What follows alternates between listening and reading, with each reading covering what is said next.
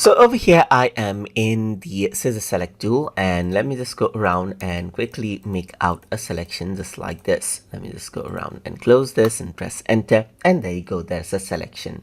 If you want to go around and have more selection control, then what you can do is you can utilize the selection editor.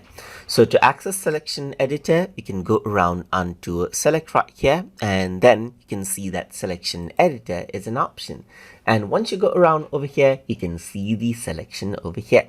And the selection that you made right here, you can see that the white parts right here are the selection that you made, while the other parts right here, the black parts, are the non-selected areas.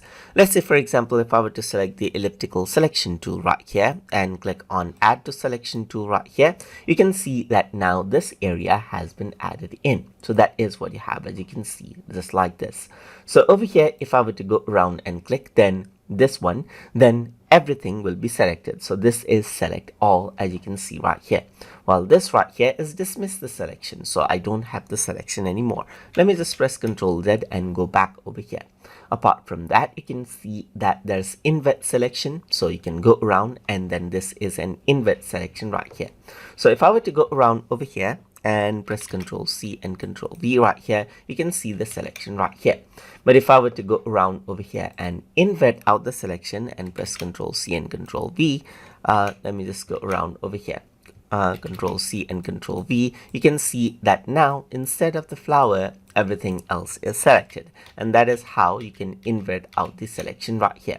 So that is what you have, inverting of selection. Then you can also save the selection to the channel by using this button right here. And that is how you can utilize the basic features of the selection editor inside of GIMP to utilize the selection even more inside of GIMP. So I hope you guys learned something as always, and as always, please like, comment, share, and subscribe.